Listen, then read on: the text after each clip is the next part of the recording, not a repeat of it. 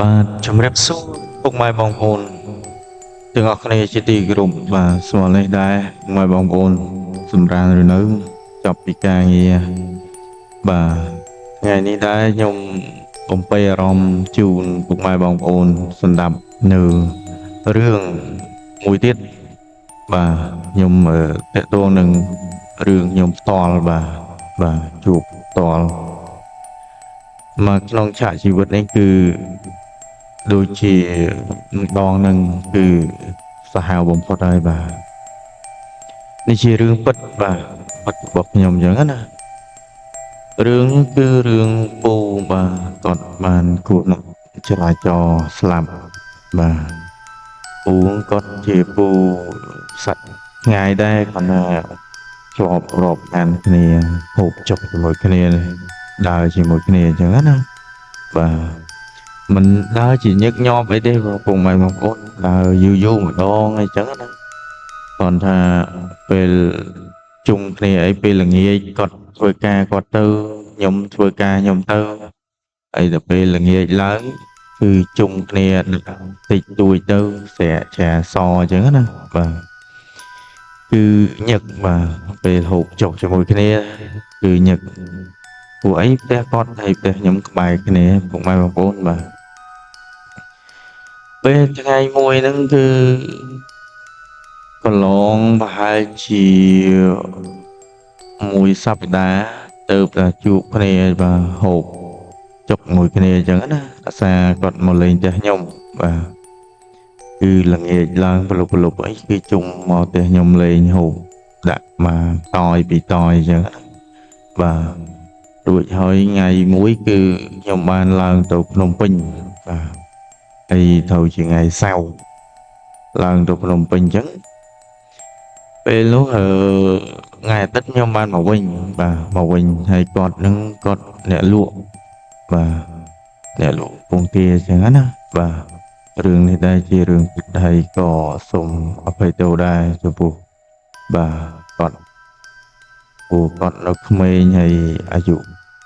ខ្លីបាទស្រុកស្ដាយណាស់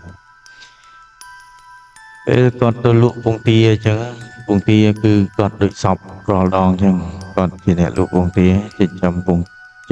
ទាលក់ពងអញ្ចឹងណាហើយពេលព្រឹកឡើងគាត់រើសហើយគាត់ទៅយកដើរដាក់ឲ្យម៉ួយនៅឆ្ងាយគឺនៅម្ដុំកពតហួសទៅលិចឈូកឆ្ងាយបាទពេលហើយមានពេលហ្នឹងគាត់ទៅទេរបស់ខ្ញុំ3ដងថាហើយដល់ណាហើយពេលខ្ញុំថាខ្ញុំជិតដល់ផ្ទះហើយម៉ោងប្រហែលជា4អីដល់ហើយចាំហើយគាត់ថាអញ្ចឹងចាំតែមានទិញអីមកខ្លែមអត់បាទហើយទិញអីមកផ្លាសេជាក់ល្ងាចចាំអញមកពីលក់ពងទាវិញចាំអញចូលឡើងបាទពេលហើយខ្ញុំថាខ្ញុំមកវិញពេញបានទិញអីទេពូអឺម៉ែគាត់ធ្វើម្ហូបចាំខ្ញុំធ្វើឲ្យឆ្អិនចាំទេហាវនឹងសន្យាគ្នាពេលព្រឹកចឹងណា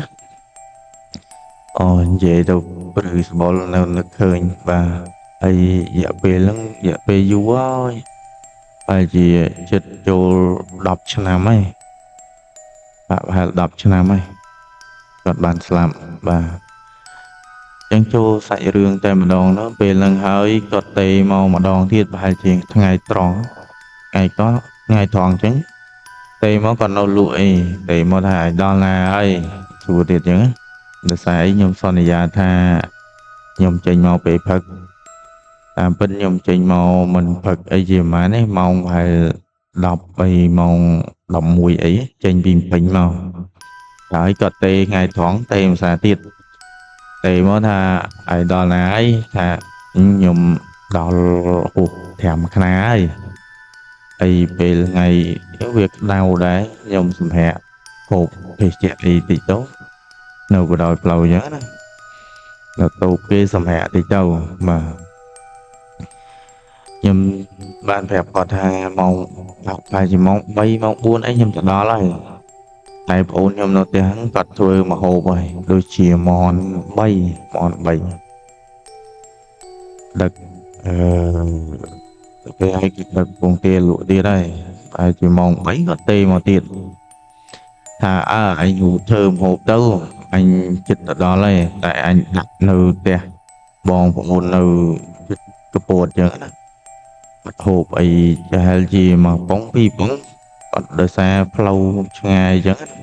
គាត់មិនហ៊ានហូបទេហើយគាត់ចូលយកអីវ៉ាន់ផ្ទះអឺអូនគាត់ផងចាំទៅពេលហើយបានមកទូធំអូខ្ញុំព្រឺសម្បុរដោយសារខ្ញុំជួបផ្ទាល់ហើយពុកម៉ែបងប្អូនគឺបបាក់ធ្វើចិត្តអីចឹងណាពេលម៉ោង5គាត់ទេមកភាសាទៀតទេមកសួរថាហើយដល់ទៅទៅពេលហ្នឹងខ្ញុំដល់ហើយម៉ោង5ខ្ញុំដល់ធ្វើម្ហូបឆ្អិនហើយថាអញ្ចឹងពួកឯងហួចចេញមកកំណៅយូរពេកបានខ្ញុំអស់កម្លាំងផងហើយលោវាខ្ញុំអស់កម្លាំងចាប់បានសម្រាប់អញ្ចឹងណាដោយសារយើងជិះមកពីពេញថ្ងៃក្តៅផងអញ្ចឹងគាត់ថាតាមអញចេញទៅដឹងមិនឪពុកម៉ែបងប្អូនចាប់ទៅពេលគាត់ចេញមកចេះថាខ្ញុំចេះចាំម៉ោង6ជាងម៉ោង6ជាងអញ្ចឹងខ្ញុំរៀបទេទៅហើយអត់បានទេគេនឹកថាហូបមុនបដាតិចចាប់បានតិចពុកម៉ែបងប្អូនអើយឮប៉ូលីសទេមកខ្ញុំទេមកថាពូឯងដល់ណាខ្ញុំសួរគាត់ពូឯងដល់ណាហើយចាំប៉ូលីសថាខ្ញុំប៉ូលីសឯងហើយប៉ូលីសគាត់ថាឡែងទៅមិនគាត់ទេខ្ញុំថាទៅក្មួយគាត់តាមថាអញ្ចឹងខ្លួនឯងកាត់ចិត្តទៅអូនពូខ្លួនឯងបានគ្រោះថ្នាក់ចរាចរណ៍ហើយស្លាប់ហើយចាប់តែពេលហើយខ្ញុំមានណាពុកម៉ែបងប្អូនហូបបាយក៏មិនចូលអីក៏មិនចូលដែរហើយពេលហ្នឹងគឺស្លុតមែនទែនខ្ញុំមិនដឹងថានិយាយថាម៉េចចាប់ថាពូគាត់គ្រោះថ្នាក់នៅដំណាវិញថានៅខាងលិចឈូពេលនោះហើយខ្ញុំនិយាយឡើងចេញនិយាយអត់ចេញមកបាទតែពេលហើយប៉ូលីសខ្ញុំឲ្យថាទេទៅគ្រូសាគាត់ទៀតអញ្ចឹងណាប្រពន្ធគាត់អញ្ចឹងថាខ្ញុំអត់ហ៊ានទៅមើលទេដល់ឡានគីប៉ះឆេពងទាគាត់ហ្នឹងនេះជារឿងពិតម៉ែបងប្អូនខ្ញុំអត់ដែលជួបទេពេលក្រោយមកធ្វើបុណ្យធ្វើអីចឹងខ្ញុំក៏អត់ហ៊ានទៅមើលនិយាយពីខ្ញុំស្លុតមិនដឹងជាម៉េចស្លុតខ្លាំងបំផុតមកក្នុងចក្រជីវិតពេលនោះស្លាប់ចឹងខ្ញុំទៅមកភ្លាតចូលបុណ្យហើយក៏អត់ហ៊ាននៅយូរដែរបូជាក៏មិនហ៊ាននៅដោយសារអីវាស្ដែងពេកហើយទទួលយកបានមានអារម្មណ៍ថាដូចខ្លាចហ្មងបែកព្រឺសបពីលេខយប់ឡើងមិនដឹងថាធ្វើម៉េចតែពេលហើយខ្ញុំបានទៅច្រូចទឹកផ្ទះតាចានៅក្បែរហ្នឹង2-3នាក់អត់បានទៀតបាទសម្រាននឹកឃើញតែគាត់នៅមុខមកខ្ញុំជួបផ្ទះហើយពេលហ្នឹងខ្ញុំស្លុតមែនទែនមកខ្ញុំទទួលយកបានដោយសារវាភ្លាមពេកហើយមិនដឹងថាគាត់របៀបថាមកលេងឬក៏សន្យាអ្ហ្មិចគាត់ខ្ញុំអត់ដេកអត់លុកមួយយប់គឺប្រឈរភ្នែក 3-4 ថ្ងៃខ្ញុំធ្វើការអត់កោតទេធីងធងដេកអត់លុកហើយបែកញើសខ្ជិះមកបែកញើសខ្ចាយមកពេលវេ7ថ្ងៃគាត់ខ្ញុំក៏អត់ទៅទៀតទៅអត់កោតមានអារម្មណ៍ថាទៅអត់កោតផ្ញើលុយទៅចូលបុណ្យគាត់ចឹងទៅ tàu đây là tàu mà plét tàu chỗ bọn mà plét chứ đâu màu bình ọt hiện đâu du tiệt đang mà chẳng bây hơi ọt nào đã ọt bạn tại vì hơi oi lục rồi tức tiệt và rồi tức của mình bạn tiệt tại vì hơi nhom ban từ sầm ran te âu tới hiện cọt đau đời xa te hiện lọm nấu chứ hiện cọt đau tích ọt sâu khai tai khỏi mò tiết men ấy ban từ soi tức nâu vòn hiện thu và chẳng mình tha dừng chuột to chuột mình đang hành dây tham mà dây phục ngoài vòng ổn và cứ rụt nặng mơ mình khơi dây hay nhung bật chỉ sọt đây của conอายุ nục mình và lập cho bộ buồn cho cô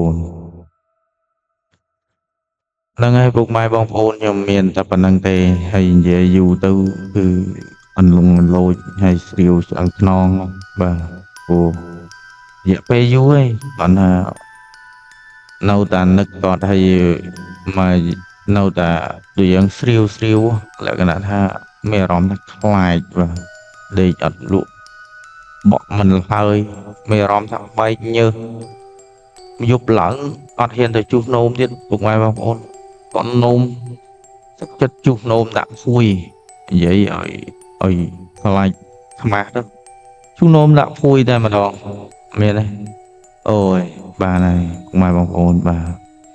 đang nghe sùng ởคุณbuộc mai bong ôn là tam đàn bà tân đậm nhờ đường chuột to và ai